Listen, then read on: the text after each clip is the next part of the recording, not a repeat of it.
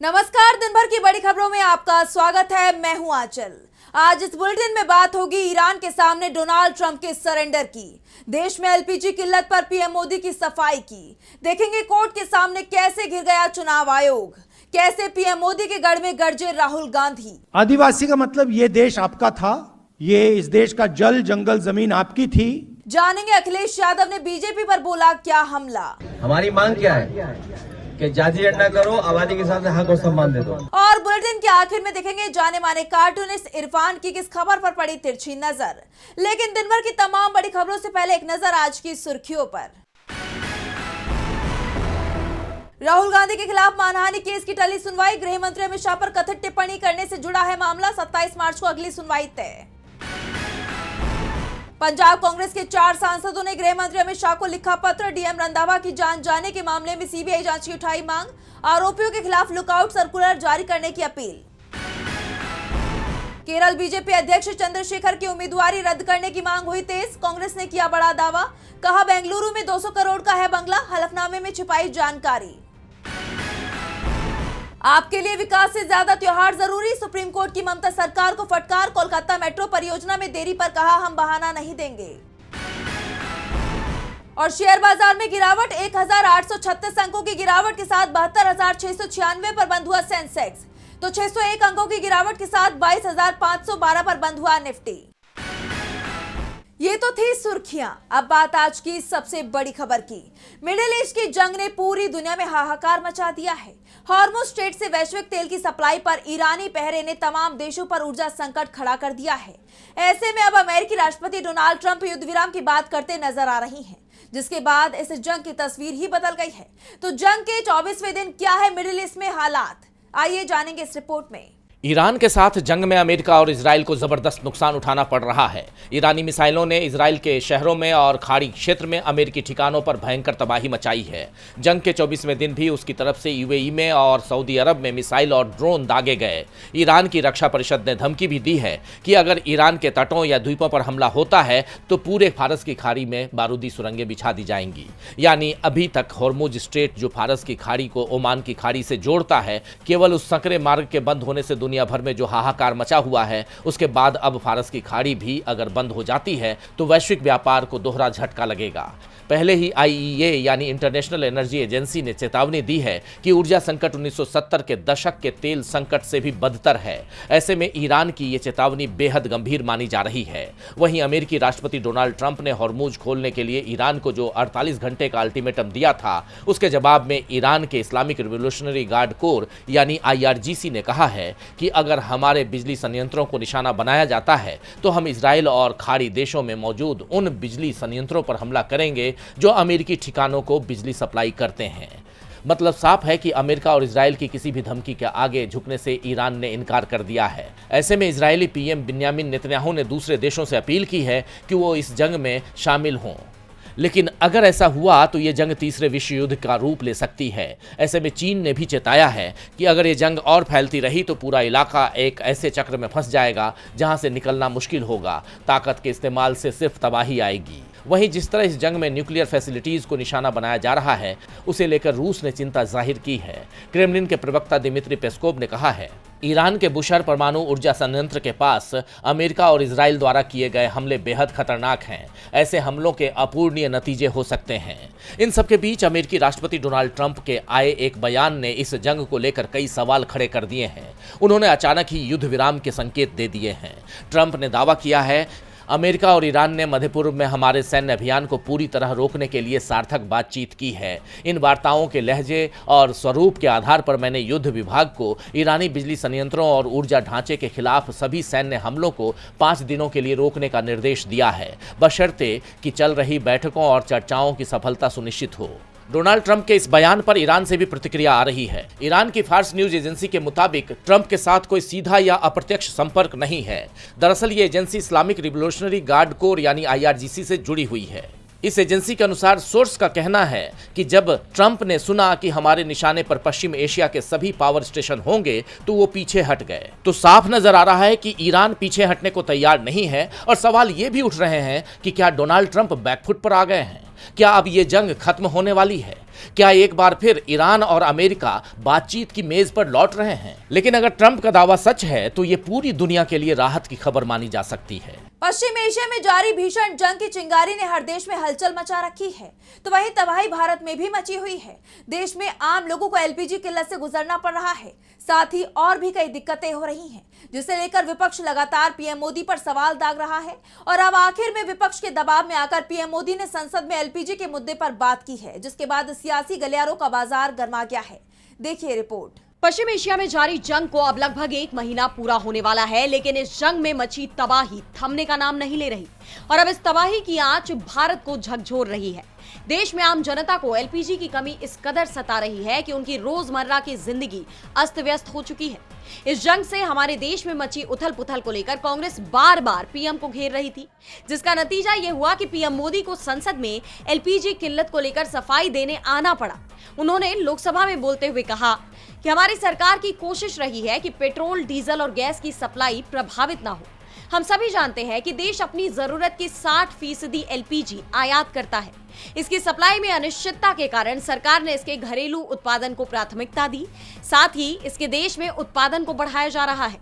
सरकार और उद्योग के साझा प्रयास से हम परिस्थितियों का बेहतर तरीके से सामना कर पाएंगे। पेट्रोल और डीजल की आपूर्ति लगातार बरकरार रखने की कोशिश की जा रही है। बीते 1 दशक में उठाए गए कदम अब और भी प्रासंगिक हो गए हैं। भारत ने बीते 11 साल में अपनी ऊर्जा जरूरतों की आपूर्ति का डाइवर्सिफिकेशन किया है। पहले भारत में 27 देशों से कच्चे तेल और गैस का आयात किया जाता था। अब देश में 41 देशों से ऊर्जा जरूरतों का आयात किया जाता है। पीएम मोदी ने आगे ये भी कहा कि भारत लगातार अलग अलग सप्लायर्स के भी संपर्क में है। हमारी कोशिश है कि जहां से मुमकिन हो वहां से सप्लाई होती रहे। हमारा प्रयास है कि तेल हो, गैस हो, फर्टिलाइजर हो, ऐसे सभी जहाज भारत तक सुरक्षित पहुंचे। भारत ने कच्चे तेल के भंडारण को भी प्राथमिकता दी है। आज भारत के पास 53 लाख मैट्रिक टन का स्ट्रैटेजिक रिजर्व है और 65 लाख मैट्रिक टन के रिजर्व पर काम किया जा रहा है। हम हर सेक्टर के स्टेक होल्डर के साथ चर्चा कर रहे हैं। हर सेक्टर को जरूरी सपोर्ट दिया जा रहा है। सरकार ने एक इंटर मिनिस्ट्रियल ग्रुप बनाया है। ये समूह हर दिन मिलता है और हमारे इंपोर्ट एक्सपोर्ट पर बात करता है और समाधान पर चर्चा करता है। पीएम मोदी के बयान को विपक्ष के सवालों का जवाब माना जा रहा है। जैसा कि आप जानते हैं कि पश्चिम एशिया में जारी जंग से भारत की जनता को हो रही दिक्कतों को देखते हुए विपक्ष लगातार मोदी सरकार को घेर रहा था और कई सवाल उठा रहा था और अब आखिर में पीएम मोदी को विपक्ष के आगे झुकना ही पड़ा। एक तरफ पीएम मोदी ने विपक्ष के दबाव में आकर संसद में सफाई दी है, तो दूसरी तरफ पश्चिम बंगाल में ममता सरकार और चुनाव आयोग के बीच आर पार की लड़ाई छिड़ गई है। पहले से ही एसआईआर प्रक्रिया को लेकर सीएम ममता बनर्जी और उनकी पार्टी टीएमसी सवाल खड़े कर रही है और अब चुनाव की घोषणा के बीच राज्य में अधिकारियों के तबादले ने सरकार के सवालों की कड़ी को और बढ़ा दिया है। पार्टी सांसद कल्याण बनर्जी ने चुनाव आयोग के इस फैसले को कोलकाता हाईकोर्ट में चुनौती दी है, जिस पर अब सुनवाई हुई। तो और क्या कुछ हुआ कोर्ट में सुनवाई के दौरान, जानेंगे इस रिपोर्ट में। पश्चिम बंगाल में विधानसभा चुनाव की तैयारियों के बीच सत्ताधारी दल टीएमसी और चुनाव आयोग के बीच टकराव बढ़ता ही जा रहा है। अब पश्चिम बंगाल में चुनाव से ठीक पहले बड़े पैमाने पर हुए अधिकारियों के तबादले के खिलाफ पार्टी ने कोलकाता हाईकोर्ट का रुख किया है। याचिका में चुनाव आयोग के उस अधिकार को चुनौती दी गई है जिसके तहत ये फैसला लिया गया है। मामले में सुनवाई के दौरान टीएमसी का पक्ष रखते हुए वरिष्ठ वकील कल्याण बनर्जी ने कोर्ट को बताया कि अनुच्छेद 324 एक व्यापक प्रावधान है जो ईसीआई को चुनाव संपन्न कराने संबंधी काम के लिए जरूरी शक्ति प्रदान करता है, लेकिन ये विधायिका की तरफ से बनाए गए कानूनों के खिलाफ काम नहीं कर सकता। राज्य को चलाने की पूरी शक्ति ईसीआई के पास नहीं जा सकती।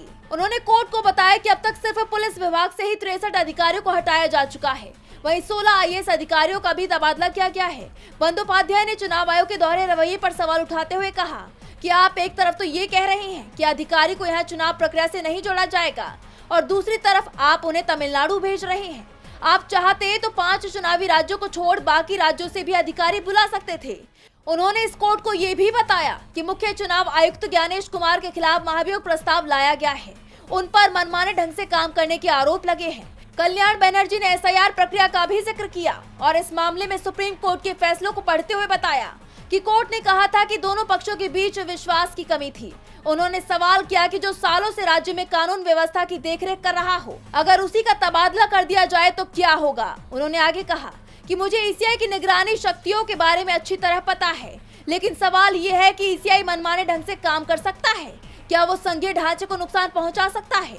जब कोई चुनी हुई सरकार मौजूद हो तो क्या ईसीआई उसमें दखल दे सकता है? टीएमसी की तरफ से पेश दलीलों ने चुनाव आयोग को कटघरे में खड़ा कर दिया है। अब देखना ये होगा कि मामले में कोर्ट क्या रुख अपनाता है। बंगाल में टीएमसी ने चुनाव आयोग को कटघरे में खड़ा कर दिया है, तो इधर नेता प्रतिपक्ष राहुल गांधी ने बीजेपी की टेंशन बढ़ा दी है। वो गुजरात पहुंचे, जिस दौरान उन्होंने आदिवासी अधिकार संविधान सम्मेलन में भाग लिया। साथ ही आदिवासियों के हक की बात की, उनकी समस्याएं सुनी और केंद्र की मोदी सरकार पर जमकर निशाना साधा। तो क्या कुछ कहा राहुल गांधी ने, जानने के लिए देखिए ये रिपोर्ट। लोकसभा में नेता प्रतिपक्ष राहुल गांधी गुजरात के वडोदरा में आदिवासी अधिकार संविधान सम्मेलन में शामिल हुए। इस दौरान उन्होंने आदिवासी समुदाय के लोगों को संबोधित किया और उनके हक की बात की। उन्होंने आदिवासियों को जंगल का असली मालिक बताया। साथ ही मोदी सरकार पर आदिवासी शब्द के असल मतलब को पूरी तरह से बदल देने के आरोप लगाए। आरएसएस और बीजेपी की तरफ से आदिवासियों को वनवासी कहे जाने को लेकर राहुल ने मोदी सरकार पर जमकर निशाना साधा और कहा कि आरएसएस और बीजेपी एक नया शब्द लेकर आए हैं, वनवासी, जिसका मतलब है कि आप सिर्फ जंगल में रहते हैं, उसके मालिक नहीं हैं। और बीजेपी का शब्द है वनवासी। वनवासी का मतलब कि भाई आप ओरिजिनल मालिक नहीं थे। आदिवासी का मतलब ये देश आपका था, ये इस देश का जल जंगल जमीन आपकी थी। वनवासी का मतलब नहीं, ओरिजिनल मालिक आप नहीं थे, ओरिजिनल मालिक कोई और। राहुल गांधी ने आरोप लगाया कि पीएम मोदी सिर्फ दिखावा करते हैं। उन्होंने कहा कि नरेंद्र मोदी और बीजेपी के लोग बिरसा मुंडा की मूर्ति के सामने हाथ जोड़ते हैं, लेकिन वो उन्हीं विचारों पर हमला करते हैं जिनके लिए बिरसा मुंडा जी ने लड़ाई लड़ी और शहीद हुए। जब बीजेपी आदिवासियों के जल जंगल जमीन को छीनती है तो वो सिर्फ बिरसा मुंडा जी ही नहीं, संविधान पर भी हमला करती है। आज देश में विकास के नाम पर आदिवासियों की जमीन छीन ली जाती है और मुआवजा भी नहीं दिया जाता। इस सरकार के हिसाब से आदिवासियों के कोई अधिकार ही नहीं है। उन्होंने आरोप लगाया कि पीएम मोदी ने जंगल की जमीन औने पौने दाम पर अपने दोस्त अडानी को दिए हैं। उन्हें आदिवासी समुदाय की कोई चिंता नहीं है। उन्होंने आरोप लगाया कि वो बोलने की कोशिश करते हैं, कोई समस्या उठाते हैं तो उन्हें बोलने से रोक दिया जाता है। राहुल गांधी ने कहा कि जब भी मैं जातिगत जनगणना की बात करता हूं, बीजेपी आरएसएस के लोग मेरे ऊपर आक्रमण करते हैं। पहले पब्लिक सेक्टर हुआ करते थे जिसमें आदिवासियों, दलितों और पिछड़ों को रिजर्वेशन मिलता था, लेकिन अब बीजेपी सरकारी संस्थाओं को प्राइवेटाइज कर रही है, जिसमें कुछ चुनिंदा लोगों को ही जगह मिला करेगी। उन्होंने पीएम मोदी के लोकसभा में भाषण देने को लेकर भी बात की और कहा कि उन्होंने भाषण तो जरूर दिया, लेकिन अमेरिका के खिलाफ एक शब्द तक नहीं कहा। उन्होंने पीएम मोदी पर पूरी तरह से अमेरिकी राष्ट्रपति डोनाल्ड ट्रंप के कंट्रोल में होने का आरोप लगाया और कहा 25 मिनट का भाषण दिया, अभी दिया। आप बताइए, अमेरिका के खिलाफ कुछ बोला? एक शब्द बोला? 100% कंट्रोल में है। राहुल गांधी के इन हमलों से मोदी सरकार बुरी तरह घिर गई है। राहुल गांधी ने बीजेपी और आरएसएस को बड़ा झटका दे दिया है। तो वहीं उत्तर प्रदेश के पूर्व मुख्यमंत्री और सपा प्रमुख अखिलेश यादव ने बीजेपी को लेकर काफी आक्रामक रुख अपनाया। कई मोर्चों पर उन्होंने सरकार की घेराबंदी की। उन्होंने कई स्थानीय मुद्दों से लेकर राष्ट्रीय मुद्दों तक योगी मोदी सरकार पर जमकर निशाना साधा। वहीं अखिलेश के इन हमलों से बीजेपी बुरी तरह से घिर गई है। तो और क्या कुछ कहा अखिलेश यादव ने और क्या है ये पूरी खबर, जानेंगे इस रिपोर्ट में। उत्तर प्रदेश में अगले साल यानी 2027 में विधानसभा चुनाव होने हैं, जिसके लिए सपा प्रमुख अखिलेश यादव अभी से आर पार के मूड में दिखाई दे रहे हैं। तमाम मोर्चों पर अखिलेश यादव बीजेपी को निशाने पर ले रहे हैं। इसी कड़ी में शहीद दिवस के मौके पर यानी 23 मार्च को अखिलेश सपा कार्यकर्ताओं के साथ लखनऊ लोहिया के पार्क में इकट्ठा हुए और भगत सिंह, राजगुरु और सुखदेव को याद किया। साथ ही कई मुद्दों पर बात भी की। वहीं इस दौरान वो बीजेपी पर हमलावर भी नजर आए। राज्य में विकास को लेकर जब अखिलेश से सवाल किया गया तो उन्होंने सीएम योगी पर निशाना साधा और कहा कि सीएम को बताना चाहिए कि कागज पर जो लिखा हुआ विकास है उसमें कितनी सच्चाई है। उन्हें ये बताना चाहिए कि पिछले जो एमओयू किए उन्होंने और लखनऊ राजधानी में डिफेंस एक्सपो हुए, उसमें कितना इन्वेस्टमेंट जमीन पर आया है और इन्वेस्टमेंट किस इंडस्ट्रियल पॉलिसी के तहत आया है और उन इंडस्ट्रियल पॉलिसी के तहत आपने बजट में कितना धन रखा था और जो बजट में आपने धन रखा था वो आपने इंडस्ट्री को कितना इंसेंटिव दिया है और अगर वो कारखाने उद्योग लग गए हैं तो प्रति कारखाना उद्योग आपने नौकरी और रोजगार कितना दिया ये भी बता दें। वहीं अखिलेश ने गोरखपुर में भाजपा नेता राजकुमार चौहान की जान जाने के मुद्दे पर भी सवाल उठाया और पूछा कि क्या कार्रवाई हुई, किसका नाम एफआईआर से हटाया गया, किसको बचाया जा रहा है। इस दौरान उन्होंने जातीय जनगणना की मांग भी उठाई और कहा, अरे भाई संविधान है कि नहीं है संविधान? हमारी मांग क्या है कि जाति जनगणना करो, आबादी के हिसाब से हक और सम्मान दे दो। वरीयता कैसे दे दी ये तो हमें बताए ना भाई। आपने वरीयता कैसे दे दी? क्या 50% में दे दी आपने? कोई हमें बता दे पढ़ा लिखा और आप में से कि 50% में वरीयता दे दी। जिसका जो हक है वो तो देना ही पड़ेगा आपको। सवाल ये कि आप हक छीन रहे हैं। मिडिल ईस्ट में जारी जंग के चलते भारत में एलपीजी संकट को लेकर भी उन्होंने सरकार की घेराबंदी की है। सरकार पर तंज कसते हुए अखिलेश ने एलपीजी की फुल फॉर्म लापता गैस बताते हुए साफ कहा कि चुनाव के बाद तो इसके दाम और तेजी से बढ़ेंगे। गैस बढ़ानी पड़ रही है। एलपीजी का फुल फॉर्म मैं बता चुका हूँ आपको, लापता गैस। और युद्ध नहीं थमा तो बहुत सारी दिक्कतें आएंगी और हमें आपको फेस करना पड़ेगा। चुनाव तक कीमतें नहीं बढ़ाई गई हैं, लेकिन जैसे ही चुनाव खत्म होगा आप देख लेना कि कीमतें बढ़ाई जाएंगी। जिस तरह अखिलेश यादव ने लगातार बीजेपी के खिलाफ मोर्चा खोला हुआ है, उसे देखते हुए कहा जा रहा है कि वो विधानसभा चुनाव को ध्यान में रखकर ये तेवर अपना रहे हैं।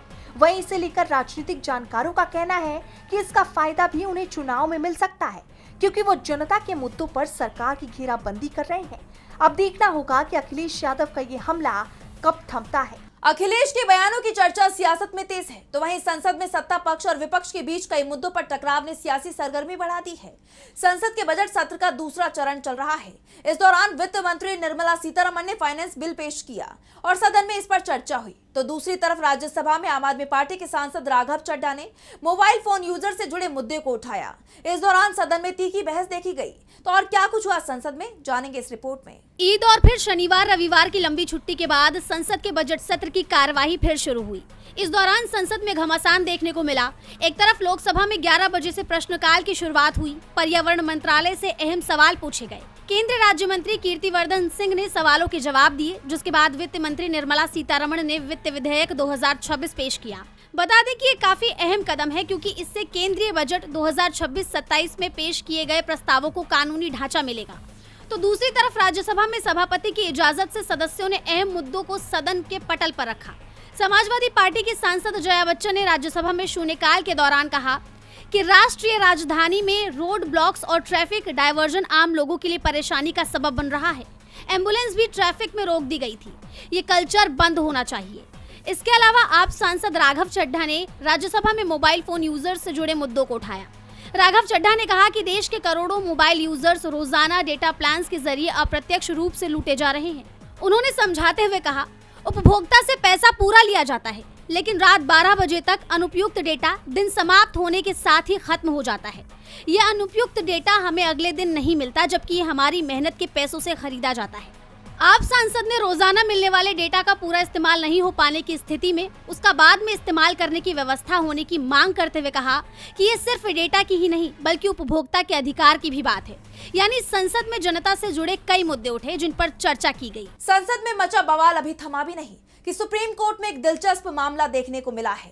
दरअसल सुप्रीम कोर्ट की इमारत पर राष्ट्रीय चिन्ह लगाने की मांग को लेकर हाल ही में एक याचिका दायर की गई थी, जिसे लेकर अब कोर्ट में सुनवाई हुई और सीजे सूर्यकांत ने याचिका को लेकर सकारात्मक संकेत दिए। तो क्या कुछ कहा सीजेआई ने, जानेंगे इस रिपोर्ट में। सुप्रीम कोर्ट में एक याचिका दायर की गई थी, जिसमें मांग की गई कि कोर्ट की इमारत के ऊपर राष्ट्रीय चिन्ह यानी अशोक स्तंभ लगाया जाए। याचिकाकर्ता का कहना था कि देश की सबसे बड़ी अदालत की इमारत पर राष्ट्रीय प्रतीक होना चाहिए। इस मामले की सुनवाई के दौरान सीजे सूर्यकांत की अगुवाई वाली बेंच ने सकारात्मक संकेत दिए। कोर्ट ने साफ कहा कि इस तरह की मांग के लिए याचिका दाखिल करने की जरूरत नहीं है। अगर सुझाव देना है तो वो प्रशासनिक तरीके से दें, यानी चीफ जस्टिस को चिट्ठी लिखकर इस पर विचार करने का अनुरोध किया जा सकता है। सुनवाई के दौरान सीजे सूर्यकांत ने कहा कि सुप्रीम कोर्ट की एक नई इमारत बन रही है, ऐसे में इस मुद्दे पर नई इमारत के संदर्भ में विचार किया जा सकता है। हम नई इमारत बना रहे हैं, हम इसे तब देखेंगे। सीजेआई के बयान के बाद याचिकाकर्ता ने पूछा कि मौजूदा इमारत पर क्या होगा, तो कोर्ट ने भरोसा दिलाया कि इस पर भी विचार किया जाएगा। लेकिन ये मामला कोर्ट के जरिए नहीं बल्कि प्रशासनिक स्तर पर तय होगा, जिसके बाद याचिकाकर्ता ने बताया कि वो मई 2025 में भी इस बारे में चिट्ठी लिख चुके हैं, जिस पर उन्हें 27 नवंबर 2025 को जवाब मिला था कि सुप्रीम कोर्ट अपना खुद का प्रतीक इस्तेमाल करता है। इस पर सीजेआई ने टिप्पणी करते हुए कहा, वो जवाब उनके कार्यकाल से पहले दिया गया था। यानी साफ है कि सुप्रीम कोर्ट इस विचार के खिलाफ नहीं है, लेकिन इसे अदालत में केस बनाकर नहीं बल्कि प्रशासनिक प्रक्रिया के जरिए तय करने की बात कह रहा है। और बुलेटिन के आखिर में देखेंगे जाने माने कार्टूनिस्ट इरफान की किस खबर पर पड़ी तिरछी नजर।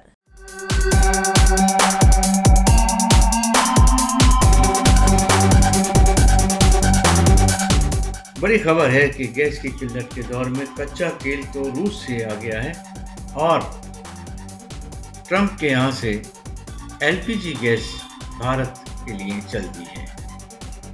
इससे जाहिर होता है कि अब गैस की कोई किल्लत नहीं होना चाहिए, लेकिन आपदा में अफसर को अपनाने वाली सरकार ने ये तय किया कि 14.5 किलो वाले जो सिलेंडर हैं गैस के, वो उसके अंदर 14.5 तो लिखा होगा, लेकिन गैस कितनी होगी? गैस होगी सिर्फ 10 किलो। आपको 10 किलो से ही काम चलाना पड़ेगा। इसी को तो कहते हैं घर घर मोदी। आप खुश हैं ना?